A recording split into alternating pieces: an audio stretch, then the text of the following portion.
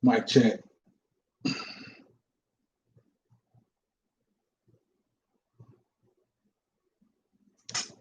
Mic check. Peace to everybody. Mic check. All right, Brianna already on it. One. All right. Appreciate it. How you doing, Brianna? How you doing, Charles? Prince Nakeem in the house. Wise Feminine. How y'all doing? We're gonna get rolling here in just a second.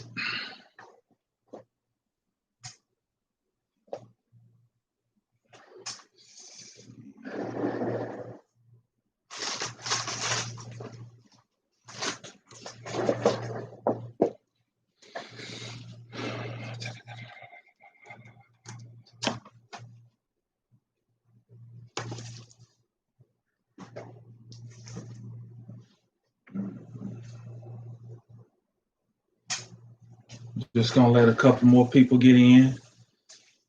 Legendary, what's happening? I'm trying to get my stuff together here.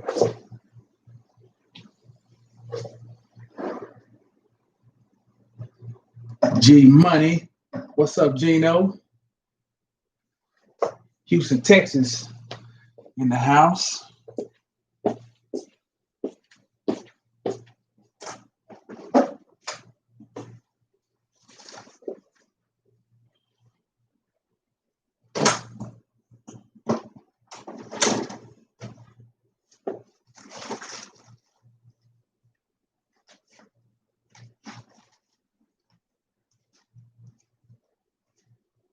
About to get rolling. Just a second. Gotta get a couple little things together.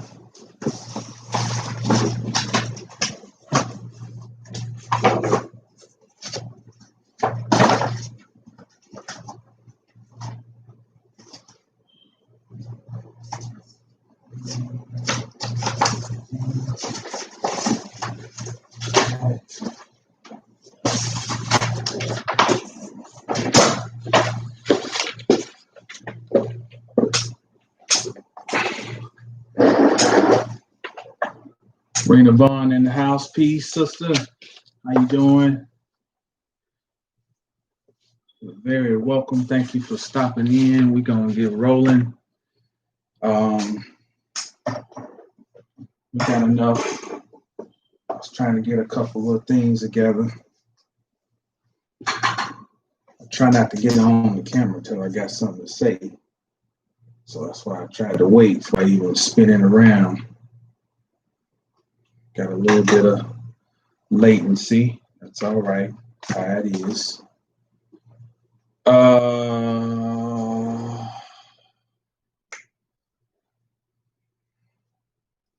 really should have put this camera. Y'all bear with me for a second. I gotta get this camera out of my face.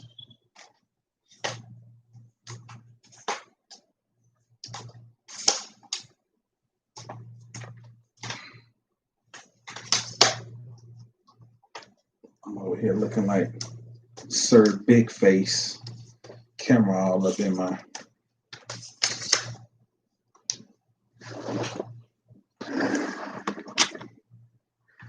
Okay, let's try it like this. Bring this down.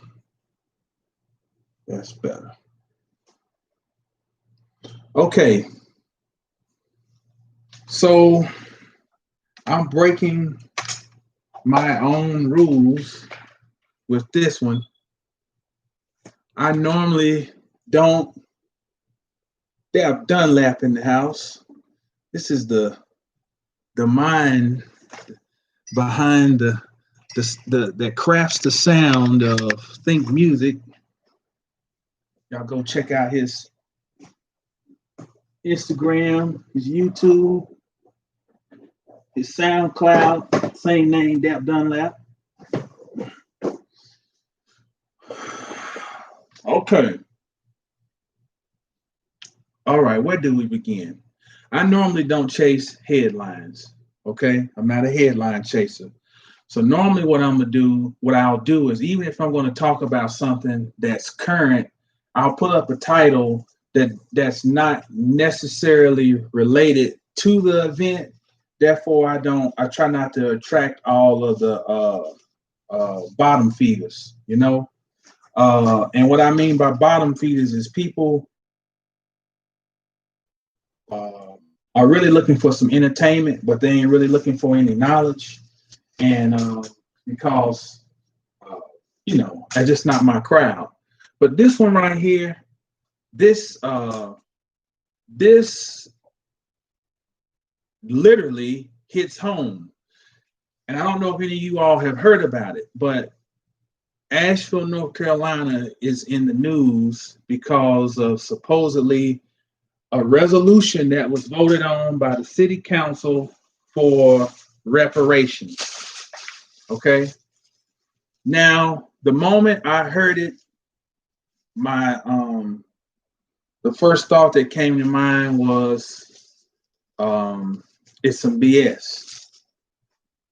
But I'm trying to be more open-minded about things and at least hear out things before I make judgments as I get a little older, you know. But I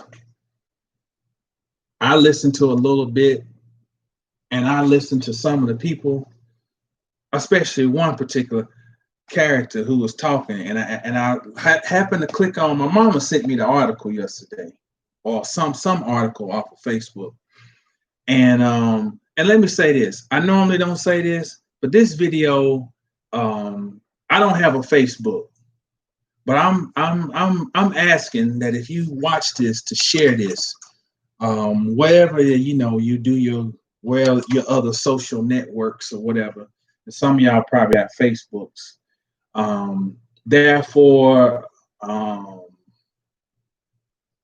maybe some other folk can see this. Okay, I'm from Asheville, North Carolina. I was born and raised there.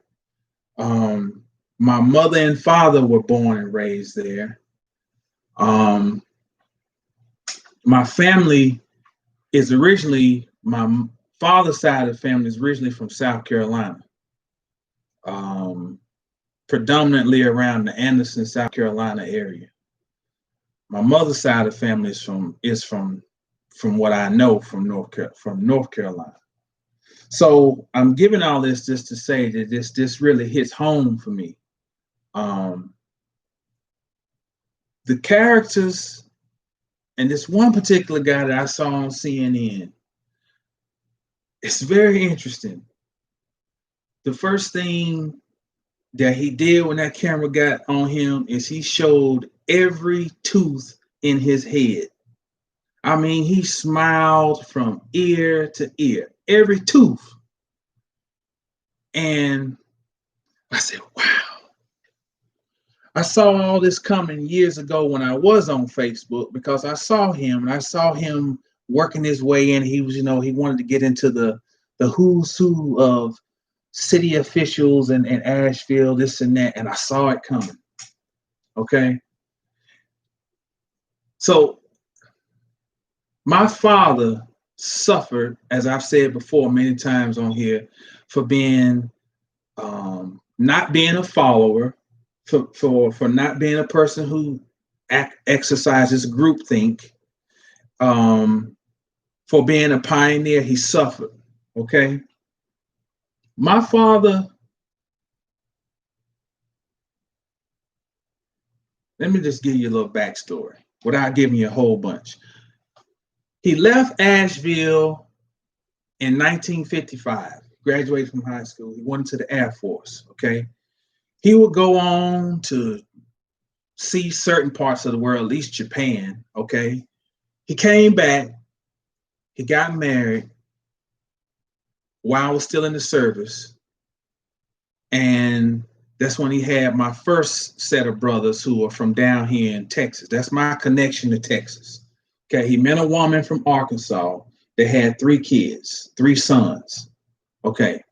That marriage dissolved, obviously, because I'm here. My father went through a downward cycle of, he fell all the way down on his face. He was homeless. So he left Texas. Went to Arkansas, and that's where he went all the way down. Okay. He left Arkansas and he went back to North Carolina on the Trailway bus. Okay. This is mid 1960s. Okay. At this time, that's why I always say you want to see history on a lateral plane so you can see all the different things happening at the same time in the world. Now, mind you, around 1965, 1966, what's going on in the world? The civil rights era is at its peak. The Black Panthers have just been birthed in 1966 in Oakland. My father comes home. My grandmother has had a stroke. He's there taking care of her. Lyndon Johnson is the president. And at this time, they have something going called the Great Society. Okay? And in Asheville, they have something called model homes going on in the city of Asheville, North Carolina. Okay. This is where integration is really starting to take hold. They are looking to bring in certain Black people into areas where they previously weren't allowed. My father ended up working at the Opportunity Corporation, and a man there by the name of Clarence Shivers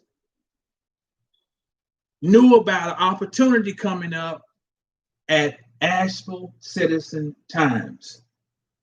Okay. Previously at the Asheville Citizen Times, which was the local newspaper, the only position that Black people held was a janitor. That was it. So in 1968, they experimented on my father, who never finished college. They experimented and brought him in to cross the so-called color line, to be the first African American to work at that newspaper in a position other than a janitor. Okay. He initially came in as a beat writer and a part-time photographer. He didn't even know how to shoot any pictures. He wasn't even didn't even know how to use a camera. He learned there from a man named Glenn Dixon. Okay. I'm giving you the backstory so you'll know how I'm gonna bring you up to 2020. All right. He gets there and he will go on to become the spook who sat behind the door. Now, I'm I don't know if I can put my hands on this. Because I'm gonna bring you up. Because see, here's the thing. These people, it's just like Bobby Hemmings say. He say, when you go and they show them pictures of the rappers with the gold teeth and all that across the world, that's the image you have all around the world of black people in America. Somebody walking around with a 40 bottle with a mouthful of gold teeth and a rag hanging out their pocket. Okay? I was taken aback. Peace, Dark Truth. I was taken aback when I heard about this message and I see this guy pop up on the screen grinning on CNN talking about reparations, and then he says it don't have nothing to do with no money. It was basically, in essence, an emotional exaltation. There is no actual funding allocated. There is no plan. He goes on to start talking about we're trying to lay the foundation to see what the next administration will do, because we don't feel like under the current administration that we will get. Whoa, wait a minute. The thing went out, said reparations. Reparations. Hold on. The root is repair. Let's just go and do the etymology on this. Let's just do this. Let's do this thing. Repair. Per 5. Per 5. And I know I'm getting off. I got to stay on point. I got to stay on track. But coming beyond or before. From the root, per 5. Coming beyond or before. So if I read, that means I do it again. That means I go beyond again. But the guy said, in essence, we ain't going nowhere. You see why language is so important? Repair means to go beyond, and etymologically. And it means to go beyond again. That means you've already been beyond, but you're going to boldly go where no man has gone before. Do you know in 1966, while all these things are going with the civil rights, at the same time that the Black Panther Party is initiated in 1966, Gene Roddenberry creates a new television series called Star Trek, to boldly go where no man has gone before. Those are reparations. All of these other things are the exact opposite of reparations. Did this make? I'm getting too far ahead of myself. Hold on. Let me tell you who my old man. Because I got a file cabinet full of treasures. And I always felt like, how am I going to tell the world about my old man? He was just an Asheville historian. Well, nobody care about Asheville, but see how the spirit works? You see how the spirit works? How this thing rolled around with these frauds getting on camera and misrepresenting what this place is? I come from a magical. I'm gonna break this. This is my old man. This is one of the first pieces that he wrote. You see the date? Thursday, July 10th, 1969. And how crazy it is. We just now passed you. The day's the 17th. So that was a week ago, 51 years ago, he wrote this. I'm just going to read a little bit of this. I'm going to give you a little background. It's called A Black Man Defined Soul. My father was a spook who sat behind the door. Asheville, North Carolina. All right. What is soul? Is it preaching on Sunday, swinging to the chanting sounds of Afro-American music, or a new sense of pride? To more than 22 million Black Americans, it could be any of these things. Soul is a word that literally probes to the depths of their minds and souls. It erases the image of the happy-go-lucky colored man sitting on the riverbanks lazily playing his banjo. It has many meanings. No two people see it exactly alike. To many Black Americans, it means a woman with an 8th grade education who has the ability to debate with a public official in a public meeting about problems of the poor.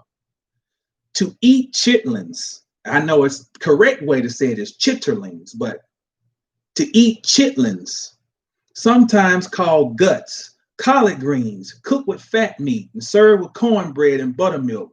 This is called soul food. To be able to use terms like Oreo, a Negro who desires to be white, cool it, take it easy, fox, beautiful girl, rapping, talking, the man, anyone in authority. Although just a word, soul to many means that being Black is nothing to be ashamed of, and that more studies should be directed toward the Black man's culture and heritage, both in America and Africa. Soul to some means attacking the establishment, calling for social changes. Others disagree. However, all agree that immediate changes that will allow the Black man to regain his human rights must come.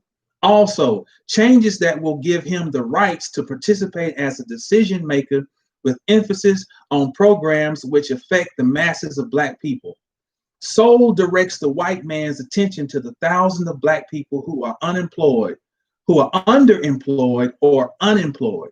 Soul calls for on-the-job training methods to be used by employers for those who don't have training. Soul seeks desegregation instead of integration of public schools. Whoa, whoa, whoa, I'm gonna back up. I've never even read this myself before. Soul seeks desegregation instead of integration of public schools, meaning the enrollment of white students in Black schools as well as Black students in white schools. Another form of soul is securing power through business enterprises geared to assist the masses. Many say that money is a vital part of the Black movement. Soul to some is to wear bright colors and the hair in the afro or natural look styles in an effort to blend African and American customs into their own theme. Soul is everything that happens to Black people in churches, nightclubs, universities, or in the streets.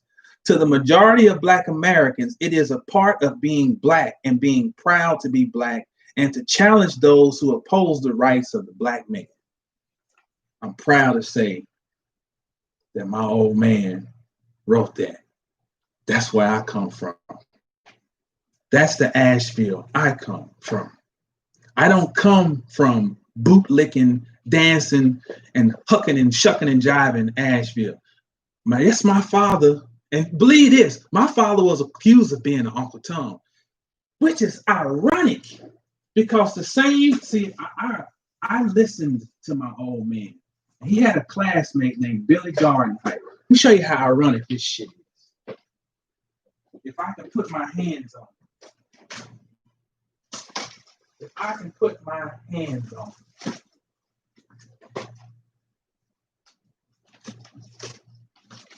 I just looked at it earlier.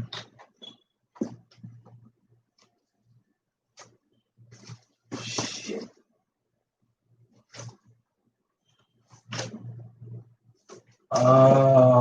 Here we go.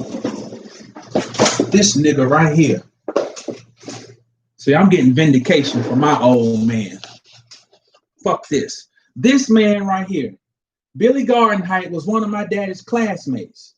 And I remember my old man telling me, he's like, yeah, Henry up there Tommen at the newspaper. Okay? But guess what?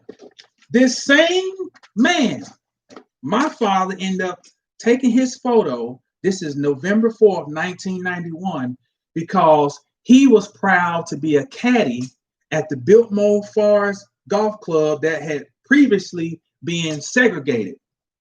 This is Mr. Gardenhite that my father took the picture of him. Ain't it funny how shit comes back around? My father was a spook who sat by the door.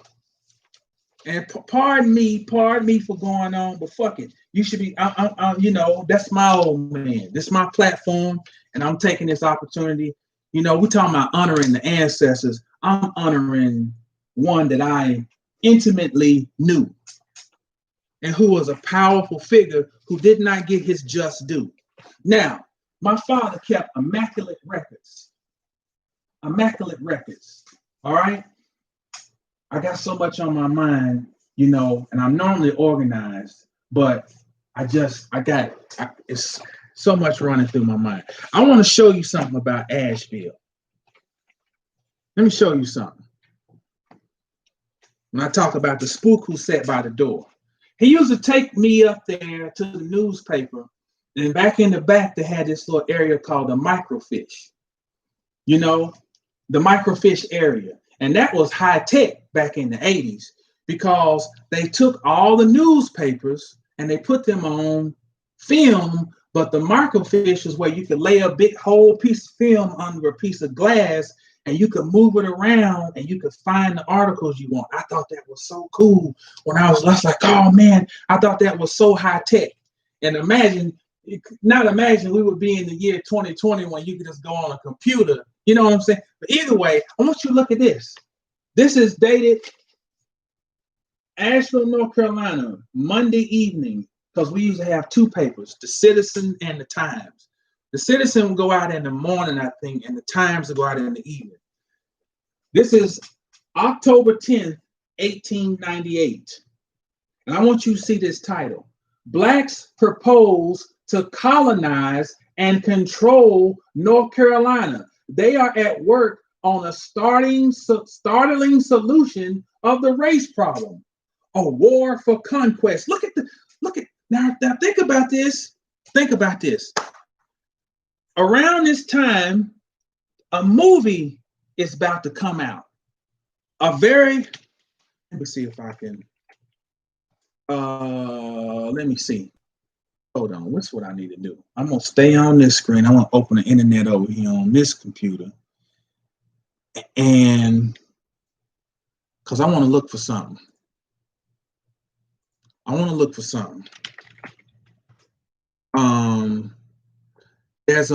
And you all know about it. It's called, no, it was a movie, a book that would eventually become a movie. Oh, okay, so it went to 1931, but it still is relevant. It's called A Brave New World by Aldous Huxley. Gino, my man, that's it. Birth of a Nation. I think that was the one came out around that time. Birth of a Nation. Yes, sir. Thank you, Gino. Birth of a Nation is what I'm thinking about. 1915, it's released. This is why. It was a fear. And this is really hard to read, but I'm going to eventually transcribe this over to, I'm gonna retype this, but just look at the picture. Look at the programming. Look at her, she's in fear, and look at him, he's protecting her. The propaganda is not new. It's not new.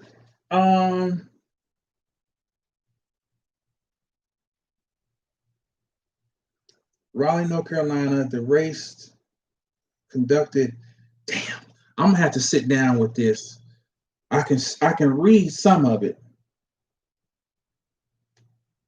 See here, my friend, you have been interfering with my family and my politics, the postmaster began humorously. My wife wanted to know last night whether I was going to vote against her or against the Negroes. I told her that if I voted the Democratic ticket, the Republicans would turn me out of the post office. And what do you think she said? Why, God bless why, God bless her, she said she knew we were mighty poor and needed the few dollars we get out of the office, but she said she would put up with the poverty and any hardships with a murmur. Then what did you say? I just hugged the old woman and told her I would vote her ticket too. Ain't this some shit? Ain't this some? Wait a minute. I told her that if I voted the Democratic ticket, the Republicans would turn me. Ain't this some shit? Ain't this some? This is the same playbook. It's reverse. See, we always know about. Oh man, fuck! This is mind blowing. I ain't even never even read this shit. This is the exact same playbook, just being played over again. Look at right now. Yes, Gino. Exactly. So we've been getting moved to and fro from that time on. We know that originally because Lincoln was a Republican. Oh man. And I found a book about Houston. I saw it in the store and I meant to get it, but y'all just bear with me. Bear with me here, because I'm just rambling. I want y'all to look at this. In Asheville, there's a very famous place called the Vanderbilt Estate. And this is something my old man had noted about a black man who refused to sell his land to Vanderbilt. Okay. Vanderbilt, at the end of the 18th century and the entry into the 20th century, is one of the moguls of the time. I forgot what they called them. But either way, he's a contemporary of J.P. Morgan, of the Carnegies, Westinghouse. He is one of their contemporaries. Vanderbilt has already discovered Asheville. Okay. Matter of fact, Vanderbilt is an ancestor of Anderson Cooper. Anderson Cooper is a seltzer. Seltzers and Vanderbilts are the same family. Okay. So let's get to the metaphysics. I don't even know what else I want to say about, but fuck it. Let's get to the metaphysics. I'm gonna get my little book. Let's get to the metaphysics. Before my father died, I used to always want to ask him, like, do you remember anything mystical or magical happening when you were, as growing up? He didn't, like, my mama would talk to me about her dreams and everything, but my father wasn't into all that. He wasn't going, as far as he told it, he don't recall, he didn't remember any dreams, So I used to really be into decoding dreams and figuring out but he did tell me about little things that happened. He had a little paper route growing up, he and my Uncle John, and he said he remember one time, of course, Asheville is a mountainous area. And he was up on some hill somewhere delivering paper, and it was early one morning, like at dawn, right before dawn. And he said he remembers like a cloud settling on him and like it almost encircled him. And that's the only thing. And my father wasn't one to make up stuff because I had to pull this out of him. He told us a lot of stories, but he never told that one. I had to get that out of him. So I always remember that. He was one of 3 children, okay? And he was the son of a widow. And he's a Leo, which is the sun, which on the tree of life is Tiferet, okay? We are from a place called Asheville. Let's get into the magic and the metaphysics, okay? It's named after a governor, Samuel Ash, okay? Now we can stop right there and leave it at that. There are only two cities in North Carolina that are named after him, Asheville and Asheboro, okay? But what's interesting about Asheville is that ash is the same thing we say Ashe. Huh. Ain't that something? And you know what we always say? Ashe is what? Power, or so be it. Okay? But it's more than that. Do you know the Hebrew word for fire is this? Esh. That's the same exact word as this, as ash. Esh. Esh is fire. And to start a new fire, especially in ancient times, they would always take the ash from the previous fire. I hope you are following the metaphysics here. In ancient times, to start a new fire, you would take the ash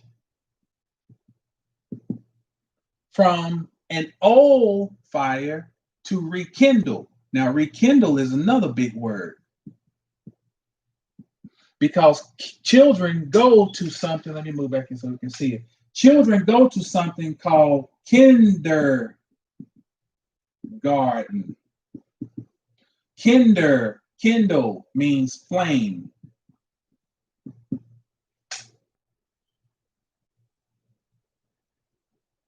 Now, I want to tell you something. The place is called Asheville. All right? What happened to this city? Tell you something about Asheville. Is that around the time I was in high school, all of a sudden, this little known place became very popular. And people started coming from, especially California. And mainly this city. We had a lot of people come from San Francisco, and a lot of people come from Florida. Because we used to always say, you see somebody with Florida tags, get away from them because they can't drive. That was this a known thing. They come up there from Florida and drive crazy. Here's the kicker, because Asheville is known to be this super liberal place because, of course, all these people came from San Francisco, which means we got a whole bunch of this. What they call now, alphabet, as Dave Chappelle say, the alphabet game. And everybody came in smiling and smiling. Now, mind you, I ain't been back to Asheville since my father died in 2014. But I'm going to tell you something. I noticed that when I went back for a class reunion in 2010, I saw how these people who came in smiling have taken, when I say have taken the city over, taken it. And the same people who were smiling, when I come back home to the place where I was born and walk down the street, they look at me like I'm a foreigner. Not as if it's like, oh, we don't know this guy, but hi, it's like, what the hell are you doing in our city? That's the energy in Asheville. What the hell are you doing in our city? Do you know years ago when Bobby Hemmett talked about all of the projects shutting down in Atlanta? Brianna, Phoenix City, Atlanta, the original Phoenix City, ATL, which is really TLA, which is really Tula, which is where they got the word Thule from, and Thule is Atlantis.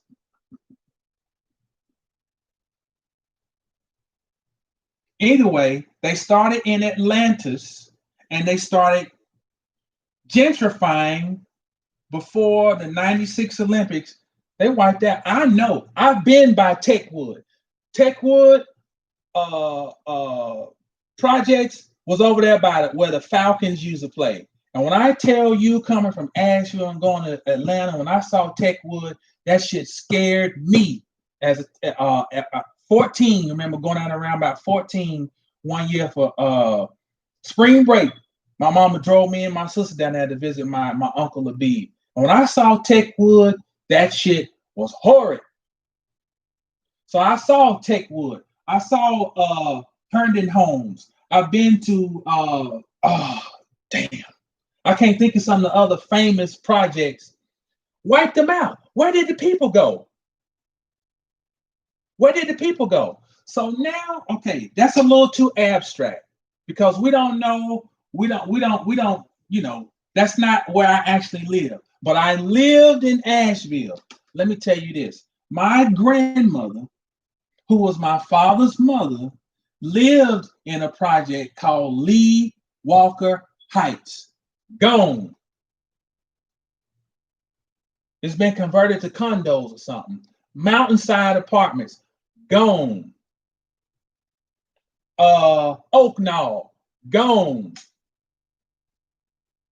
They've been going through wiping out the projects. Now, listen here. Listen. I said Lyndon Johnson came through and started something called the Great Society. It trickled down to Asheville as something called Model Cities. My mother and my father grew up living in third world conditions. Show you this. Let me show you.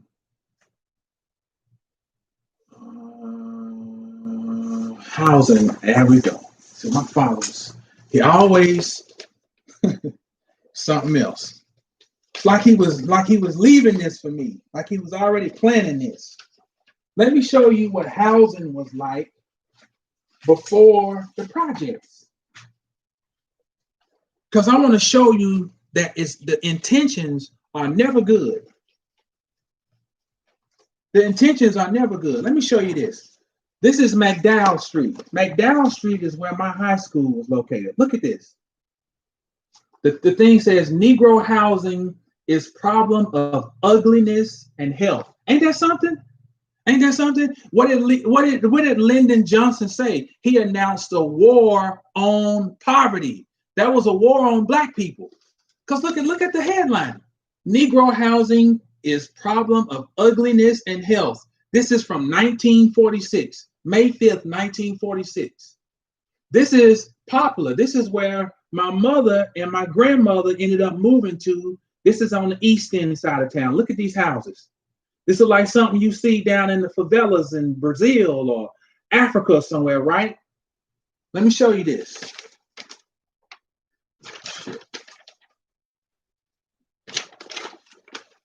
Look at this. Look at this housing. Look at it.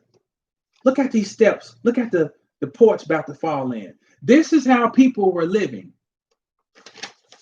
Now, show you this. This is how they started introducing the projects. Negro housing, 1947. This new concrete building, just stop. Just stop, stop, stop. This new concrete building. Dramatic pause.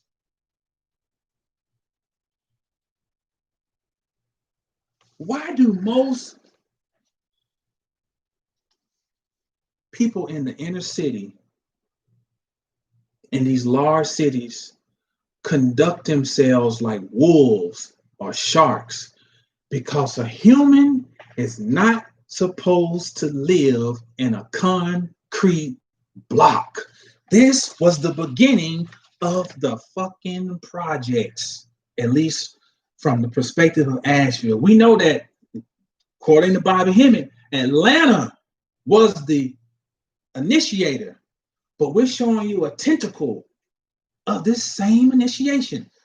Negro housing, this new concrete building at the corner of South Side, and so my followers from the South Side Avenue and Congress Street will provide 4 apartments, 6 offices, 3 stores, and an auditorium for Negroes of the city. It is being constructed by U.S. Graham for W.R. Saxon, insurance man, who will occupy 2 of the offices. Hold on, fuck it. Since we going off the cuff here, let's just see if I can find this name. Because when they say insurance, there's only one thing comes to my mind. There's a notorious group that are known for controlling all the real estate and love to be in real estate, in the insurance business. Document. Let's just see if I can find that name. I might not. Let's go back here to the S's. Saxon. Now I know we know about Anglo-Saxon, but I just wonder.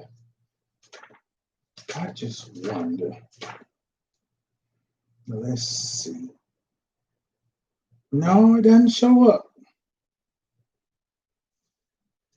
Oh, yes, it does. Ain't this a, look at this. Let's get this on for the record. Let's get this on camera. Lady Al, you got this book?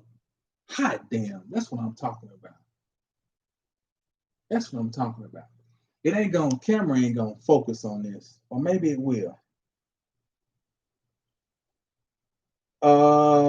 See that? Sax, okay? S-A-X, S-A-X-E, Sax, S-A-C-H-S, as in Saks, Fifth Avenue. Ain't this some shit? Ain't this something? Saxon, German translation, Romanian, Saxonia, Saxona, Saxo. Well, good old Mr. Saxon was a big part of building this first little Negro project hut. But what's so interesting is that the same real estate group that Mr. Saxon shares ethnicity with is the people who owned all these shacks. Ain't that a bitch? That's who, this is the original slumlord. So, old playbook, you create the problem and then make yourself look like Jesus Christ coming back to fix the problem. God almighty. See,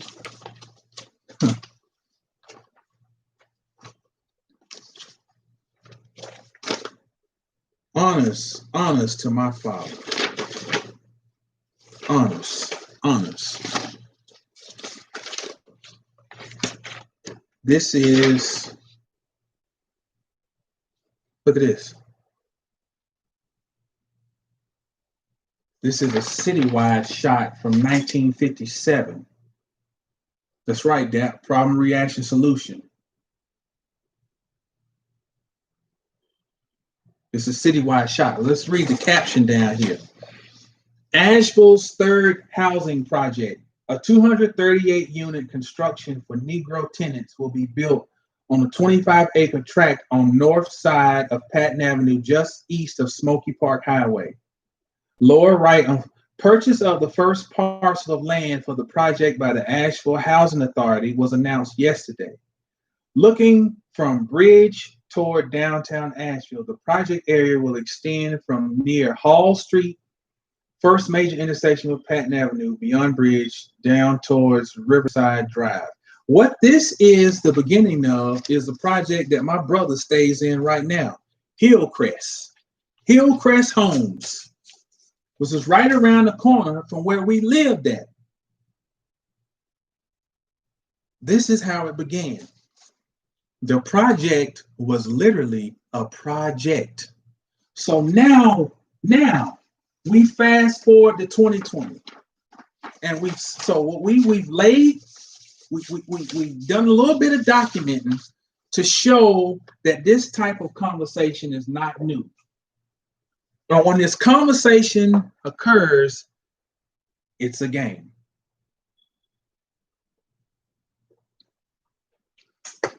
You done already gentrified the city of Asheville. My father admonished the sorry ass preachers in the city, okay, because of their egos. They would not come together and form anything. They had a thing called the Mud Creek Association, which was amounted to nothing but mud. Its name was fitting. That's all it amounted to, was mud. It was just somewhere where they would go and have these little meetings every now and then. It might have a fish fry or something, and nothing came out of it. My father said Mountainside Apartments, which I told you about earlier, which was across the street from the church we went to, Tristone, said we need to buy those apartments so that our elderly people will have somewhere to fucking live. In the same area where Tristone Baptist Church was, right down the street, you had St. John's Church, you had Nazareth, you go over across Tunnel Road, you had Hopkins Chapel. These motherfucking cushion foot ass motherfuckers could not come together to do anything. That's why my book takes such a hard stance on these bullshit ass preachers. Excuse, it's the Warren, my study copy. This is the Warren copy. Because these motherfuckers ain't about shit. Do you know that how Vanderbilt got the property to build the Vanderbilt home? This is an immaculate estate. And rumor has it there are quarters, because I've been in the house. When we were in school, you would take an annual trip as a fifth grader to go see the Vanderbilt house. When I tell you, they took us down in the pool room, and I remember, because I always had a fear of I never liked these big, now this pool is big as hell, Olympic size, big deep ass pool. But around the pool, they had the servants' quarters. There are spirits in that house. And I remember as a child feeling them. Now, at this time, I don't know what the hell I'm feeling. It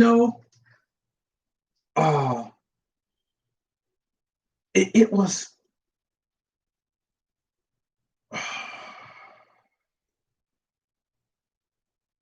it was a heavy feeling. Rumor has it that there was pedophilia going on in that same area of the house. And that all this stuff about this adrenochrome, in essence, is not new. So I did that. At this time in history, now you got to go back and think about what we've learned about all the occult studies. When were these people really taking hold? I showed you that article, 1898, right? This fear of the Negroes uprising in North Carolina and Asheville, Western North Carolina. In 1898, you have Helena Blavatsky is heavy on the scene. You have Rudolph Steiner with the Rosicrucians is heavy on the scene. So your elite of the society at that time would be privy to this new knowledge that is coming out about this so-called New Age knowledge, occult knowledge. You got Eliphas Levi is prominent at this time. You have Gerald Massey is prominent at this time. Just think about it. You got to juxtapose all the pieces that's in the world, because it's not like people were just in a little vacuum and they didn't know about all these other things. You understand what I'm saying? You got you got the Thule Society is now about to be birthed out of the anthroposophical, which was Rudolf Steiner's thing. So here, this is how you know this ain't just some bullshit. Because now, guess what one of the mainstays of Rosicrucianism is? Asheville, North Carolina. Guess one of the main places for the New Age movement? Asheville, North Carolina. They have astrological conferences there. They have all these New Age things, all this yoga, all this shit. And I done been to these things down here in Texas. It'd be the same fucked up ass people be at these conferences, walking around with some fucking linen outfits on and some fucking beads on, and run your motherfucking ass over to get their blessing. There was this Indian woman came here to Texas to let you know I ain't bullshitting, named Alma. And this guy told me, oh, you got to go see Alma. Oh, just the president. Me and my wife went there. I was like, all these people were dressed up like they were like on Fantasy Island and shit.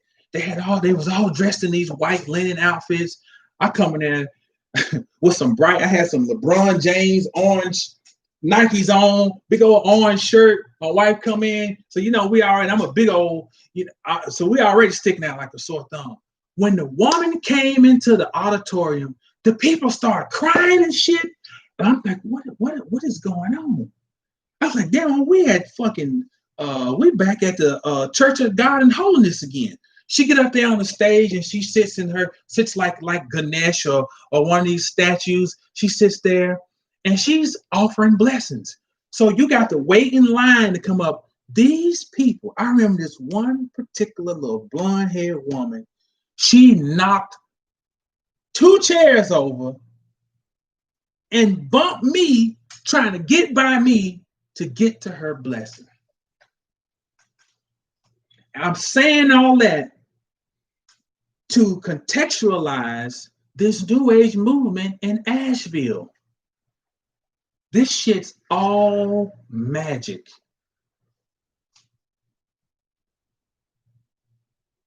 It's all magic. And they flock to this place. They've been flocking to Asheville, North Carolina, because when tuberculosis was a big thing, the air, we're from the mountains, the air in Asheville is different from anywhere else.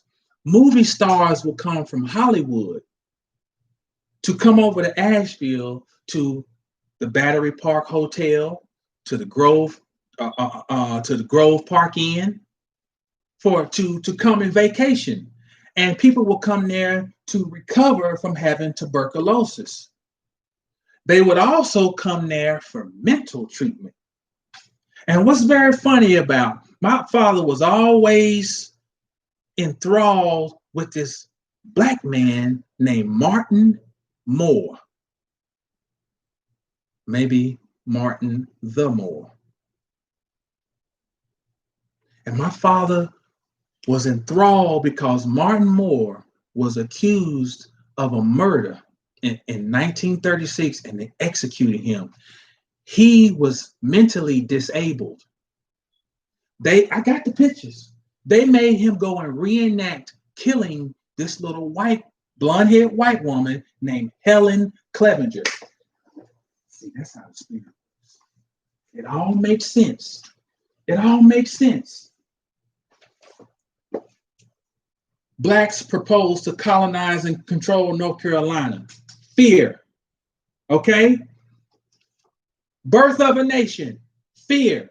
Then you come back, you kill this girl, and it was a ritual. Point blank, it was a ritual.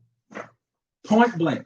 And they found a black man to pin it on. That my father said there's no way that he could have thought out how to kill this girl. They took pictures of him, had him climbing up something. They had him going into her room. They had him standing, and you could tell he don't even know what the hell is going on. They got him standing there with the gun. This is how his face looked. When the murder occurred, he was at a party getting drunk and smoking weed. And I always wonder, why is my father so, he was up there collecting all this stuff about the Martin Moore trial and the doggone execution. Because my father said, I know that man was innocent. I'm just giving you all this stuff to give you background, because had this not come up in the news, nobody would give a damn about Asheville, North Carolina. But since I'm one of the few people remaining who remember that place as something other than what it is now, and I'm linked to someone whose heart and soul was in the place and who was a historian, I was like, I got to say something. I got to. So the deal is this. Those same ashes that are used to start a new fire, that's the new thing now. That's what all this shit is about.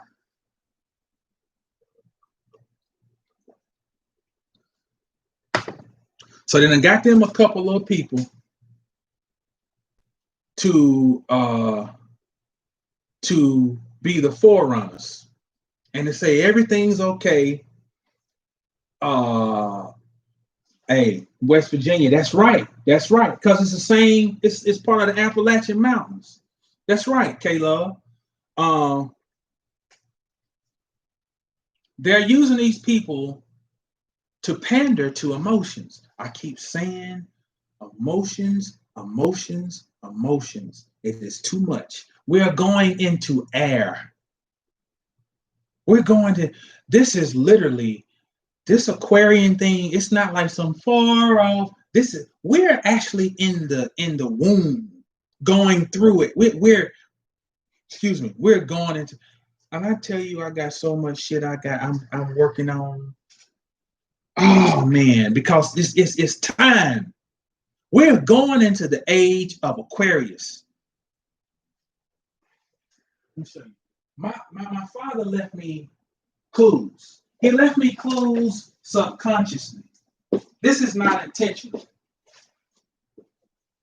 I want to show you a couple of books that he left me. I inherited.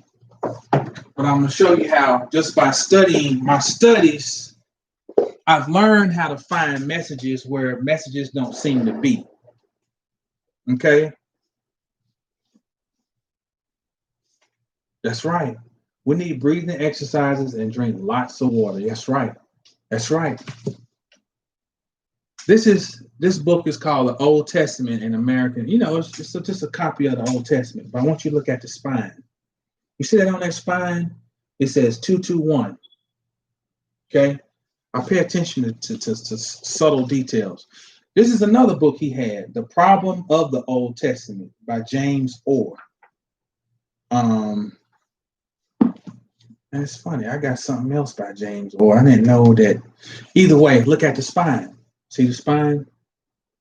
221. See these? These are called, for you young people on here, these are called library numbers. 221. What I gather from that is the message is 2021. 2021. That's Aquarius. Adds up to the number 5.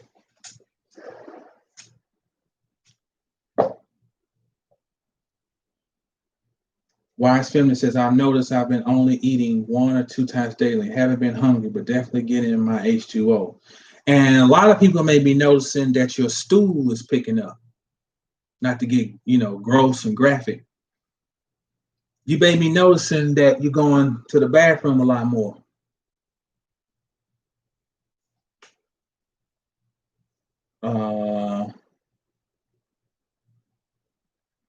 You said how close? Oh, cashier. Okay. So y'all got y'all an internal thing going.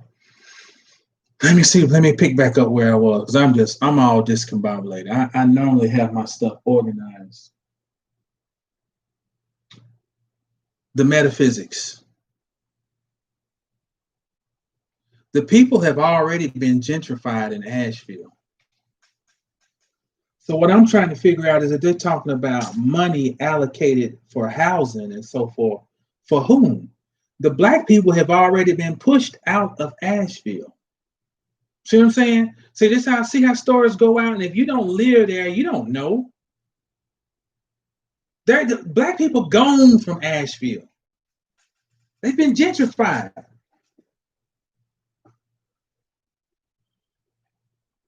I'm in Texas.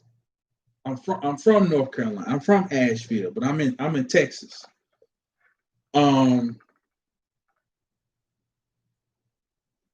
It goes back to the name Ash. Ash becomes Ish. Ish becomes Is. Issa is the name for Christ in Arabic. Issa. It is also the name for bull in Old Irish. Isha, Issa, Isha. In Arabic, when you want to say what, is one of the words for what is esh. Now, why does that matter? Because esh, whenever you say what, the word what means essence, and the word essence means fire. So the lady who twists my dreads is from Ethiopia. And I've said this to people before, and I'm not the only person who said this. Other people have recognized this. So I'm going to try to make this like I'm some damn prophet or something. But it is worth noting. In 2012, or leading up to 2012, there was big conversation about the Mayan calendar and the Mayan prophecy. The whole 2012 thing. Okay? Now, in 2018, hold on. I'm going too fast. Well, according to us, our calendar that we function on,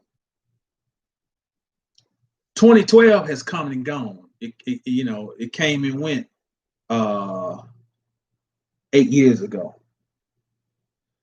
According to the Ethiopian calendar, 2012 was September of 2019, because their new year falls around September. I say around because they function on a lunar calendar. Okay? So that means that we are living in 2012. So I'm going to throw something out here. What if the world ended last year and we just don't know it yet?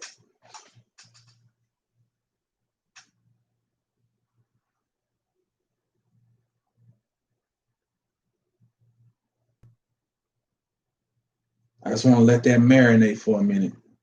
Let that marinate.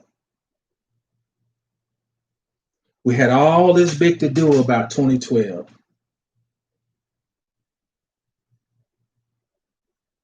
It came and went.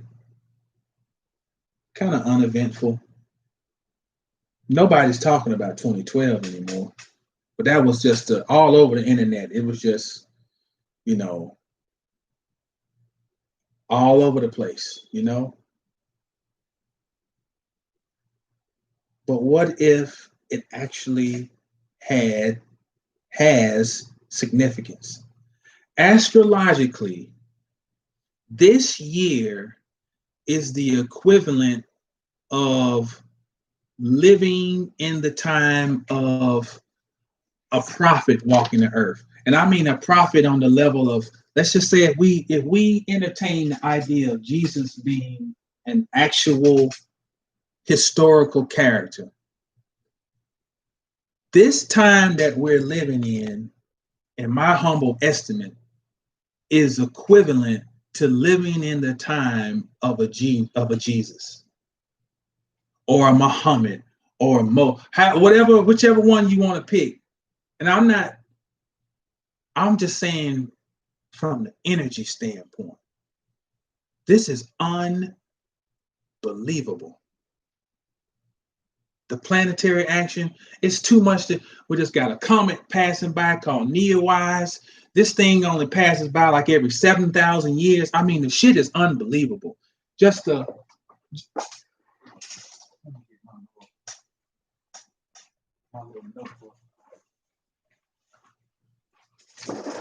just a couple of things. The last time Jupiter and Saturn were conjunct in air signs was the 1400s. And I mean conjunct on a consistent basis was in the 1400s.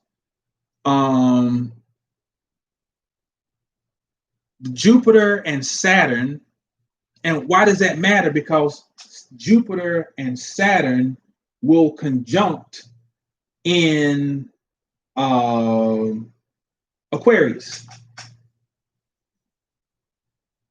The last time Jupiter and Saturn when they moved into Earth signs was in 1802. And we all know 1802 is the Haitian Rebellion, okay? These are pivotal historical dates that are, what we're talking about is time is cyclical. We're talking about cycles are rolling back around from key events in history. On December 21st, 2020, Jupiter and Saturn will go into air. They will be, which is Aquarius. And I'm saying this is the age of Aquarius. Okay. I'm saying, and it says they're going to be there in air signs when they conjunct until 2159. Okay. The last time Saturn and Pluto conjuncted in Capricorn was January 3rd, 1518, which by some estimates is when the African slave trade begins, when license to import 4,000 African slaves to Spanish American colonies was granted by Lorenz de Gomeneau. The next year, we would have the so-called Protestant Reformation with the maniac Martin Luther, which you'll learn about in my book, The Lies Behind the Tithes. So all these cycles are coming back around and hitting at some point in 1 year, 2020. In Kabbalah, the fourth world is the world to come. If you're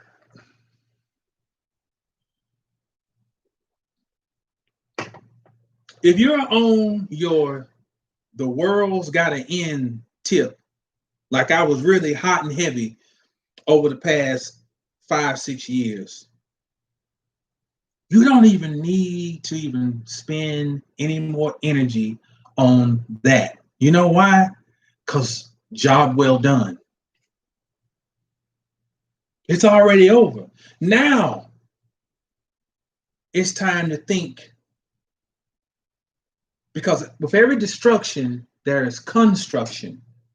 That's the ebb and flow of the universe since time immemorial. Now it's time to be thinking about the world to come. Nobody has the answer, including my black ass. But I know, according to the synchronicity of the sciences, the synchronicity of the astrology with Kabbalah, with Gnosticism, with Suf, whatever you wanna, whatever, pick a science. It all is pointing to the world to come. What's going on in Asheville is the tail end, or not the tail end, but it's a part of the same creature that this creature keeps going back. But I'm gonna put a date at 2015. In 2015, they came out with a thing called the I think it was 2015, the Mannequin Challenge. And everybody had this music playing, everybody be like this. And there's just all types of videos all over the internet. Mannequin Challenge, Mannequin Challenge. And it was worldwide. Okay. In 2017, they had something called the ALS Ice Bucket Challenge. Now, ice does what? Freeze, stops time. There's an excellent series that you all can get. You need to get this whole series called Fringe. A must-have. Best $100 you can spend. I think that's what it costs. It's around about $10. Fringe. In Fringe, they talk about something called amber. And amber is this kind of like orange goo where time stops, where they'll show people stuck in the amber, and they're just like stuck. And it's almost like the amber is reminiscent of the Kalipoth shells. It's where there's no progression, stuck.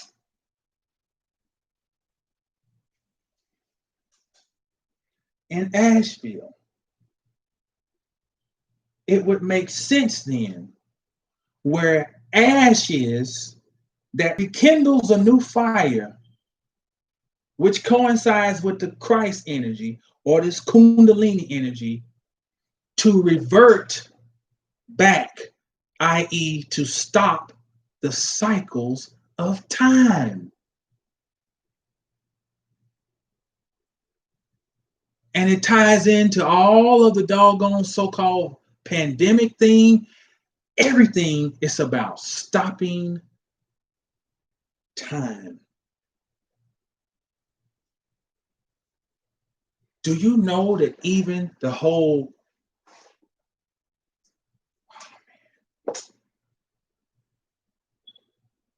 it's so crazy. It's hard just to it's so fucking crazy. Because even at the moment that I say that, it's just like a paradox. It's like a paradox because everybody was talking about this.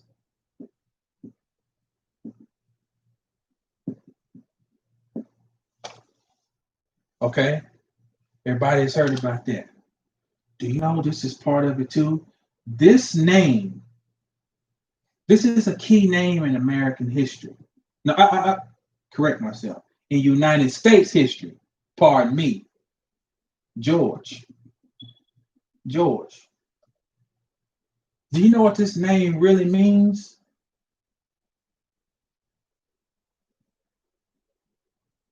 That's what George means. Urge.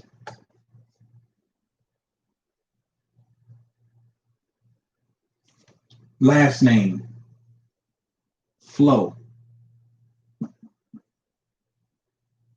Urge, flow equals emotion.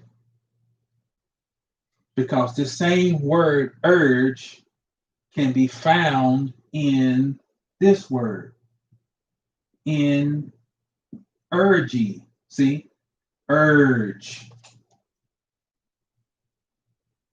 This is the occult blind.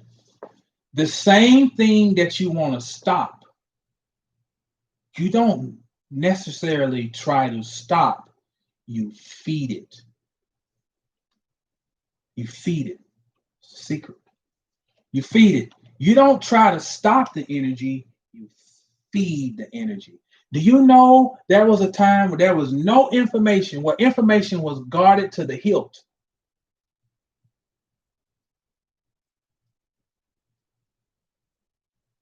Guarded to the hilt. And now information is just flowing. But what's happening? It's not nourishing. The information is doing this. Choking. Choking. And when you choke, what happens?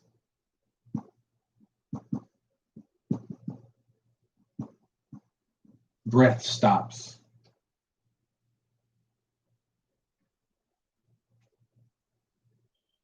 Breath stops.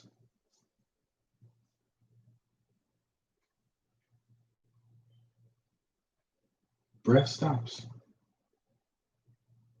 So this leads to the whole civil rights energy.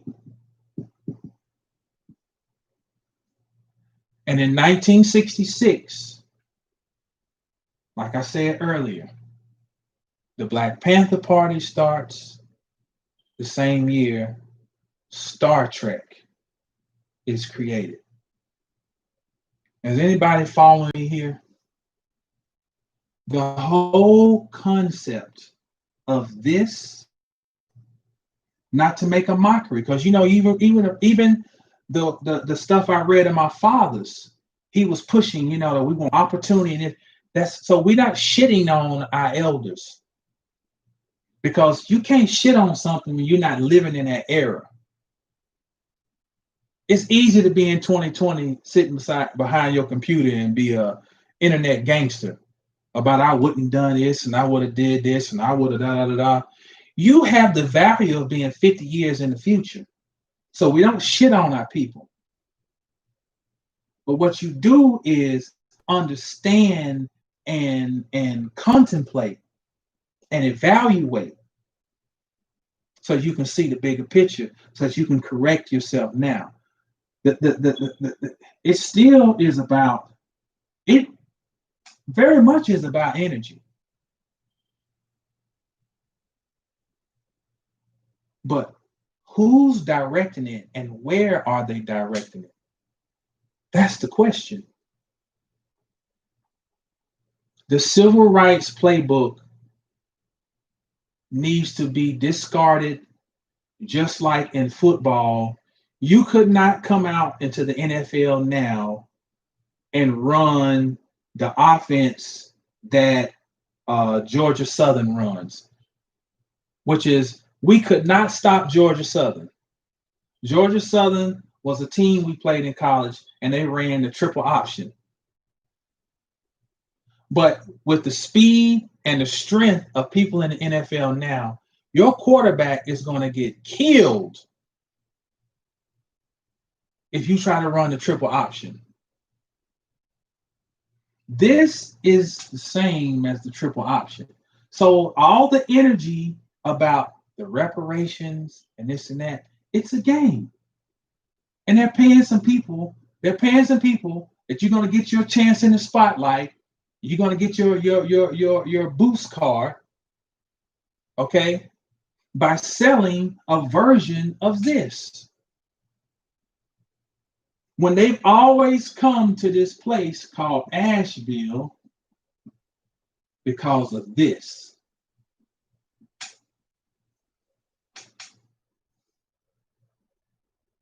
Imagine.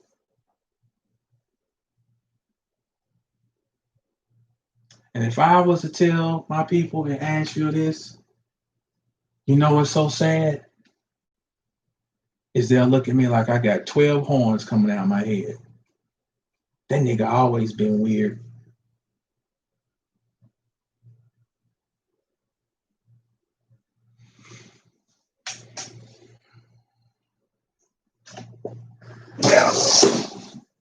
I don't need to keep laboring on that. I just want to speak my little piece about the little events.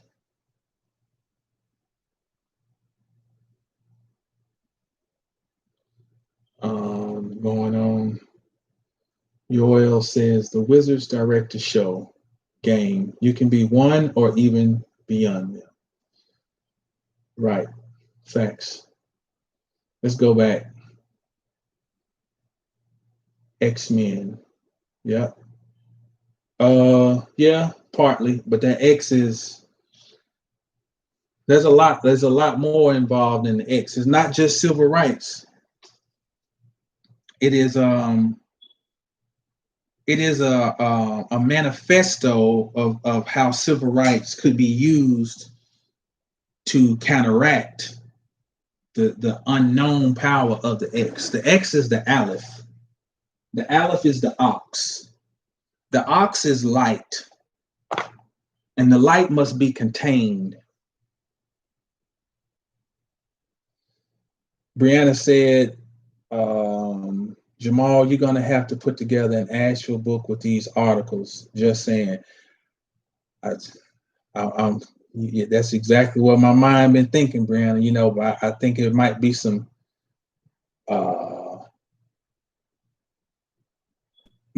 challenges to that. But it's an urge. I really urge. They go that word again. That I've really been feeling like it's, you know,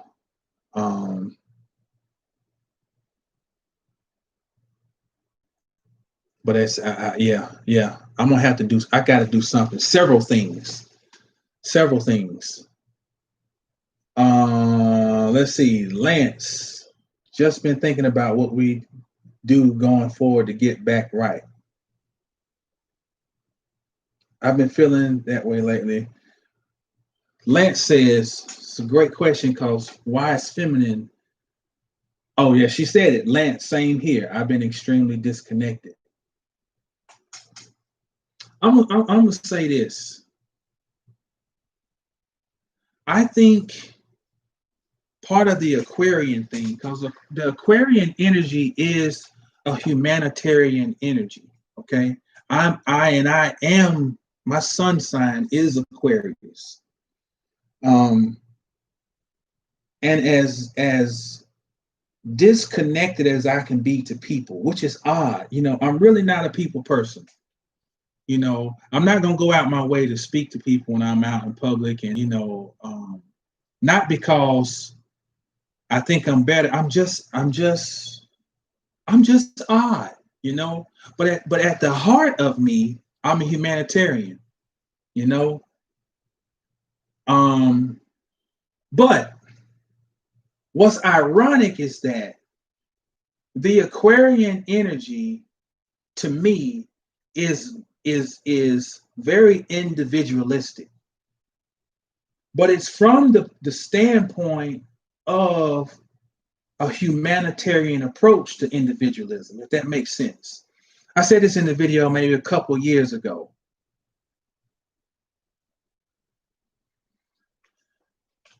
Like, I feel the next step is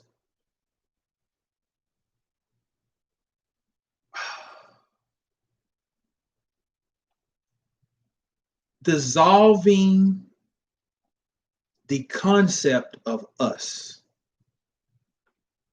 which is crazy. It's crazy. I was driving home from the gym this morning, and I thought about this.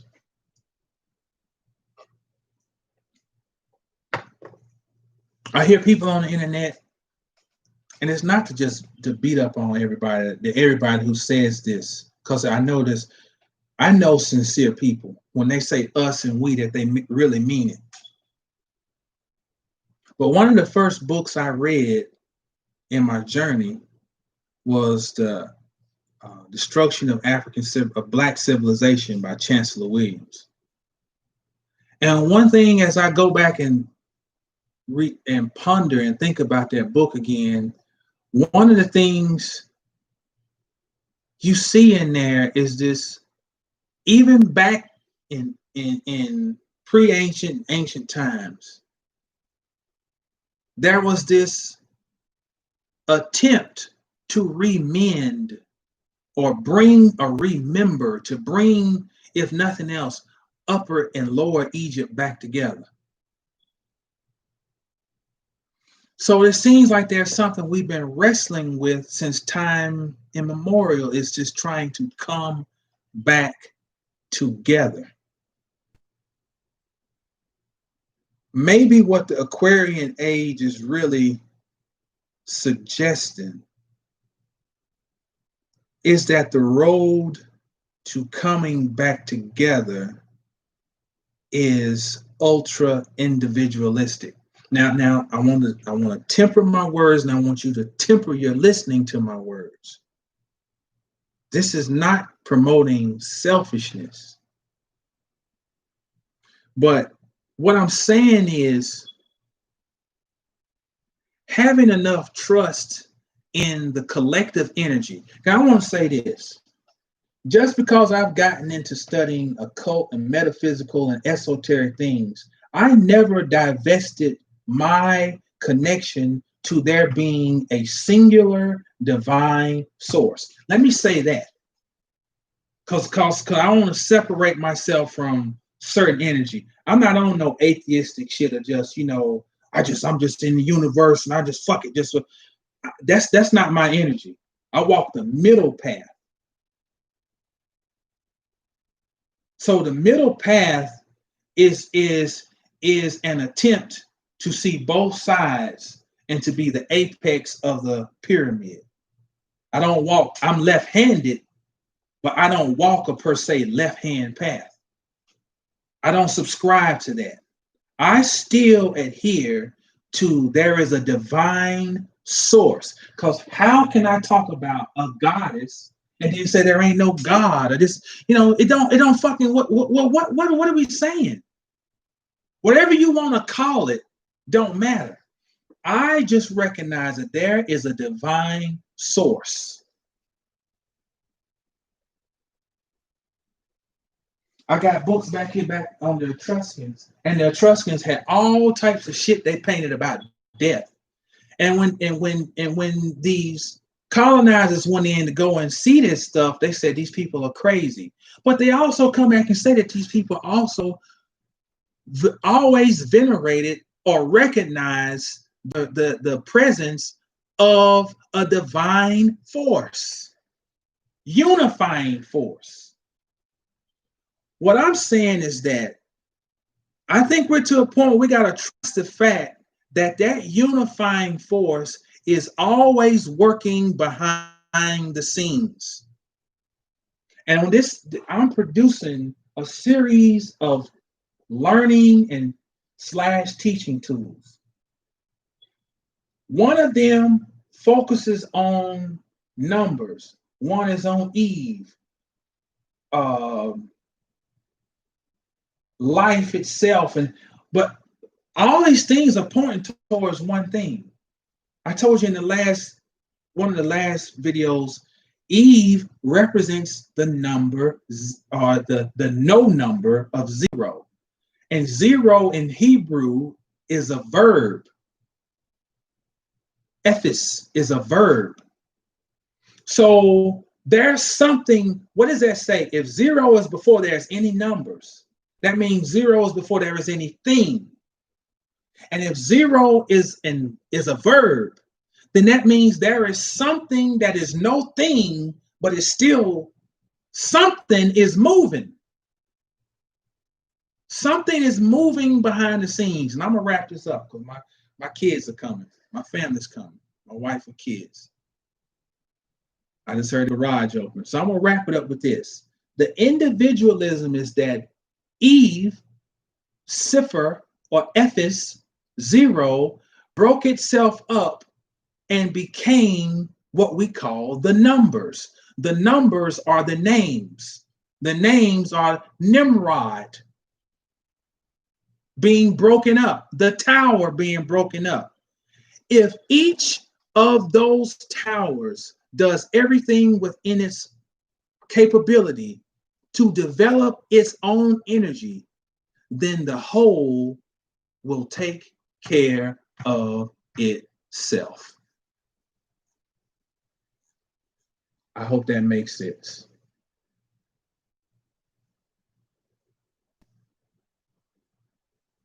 All right. I'm going to wrap it up right there.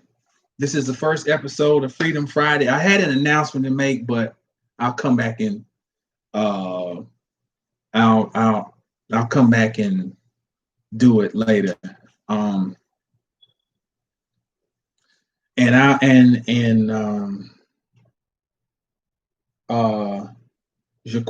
Bay, you said like as a people. Let me just say this before I get off. This is not to say not to work together. That's not what I'm saying. I want to make sure, I want to be misconstrued. Because look, my website is created by a brother named Trey. My shirts were designed by a brother named James. You know what I'm saying? I work and make music with a brother named Dap Dunlap. What I'm saying is, you don't really need no fanfare. I sell books and I do good business. People get my shit. I rush to the post office. I send off my books. I send off the shirts. What I'm saying is, that's the work. We don't need this monolithic. Everybody got to get on the internet and try to say, come together under my organization. It's not necessary. Just be what you is, and everything will work itself out. Brother Jamal, mastersofthecosmos.com. Get over there. Get the book. Get my shirts. All right. And just thank you for your energy. Thank you. Everybody who's supported. Shout out to Brother Devon. Shout out to Wise Feminine. Shout out to Brianna. Shout out to Low Key, Charles, Gino, everybody else. I'm just shouting these people out because these are people I actually have interacted with. You know, I say I know these people. Shout out to Cold Black. Shout out to everybody else who's on here. You know, Yoel, Straight Panther, Prince Nakeem, you know what I'm saying? Fade. Let's not leave nobody out. Because I recognize these. Jaquan, you one of a new commenter, but shout out to you. But I'm just saying these are people I normally see on here when I go live. Lance, you rather new, but shout out to you. Thank you for stopping in. K Love, you rather new. Lady Al, I've been seeing you. You know, shout out to everybody, all right? Because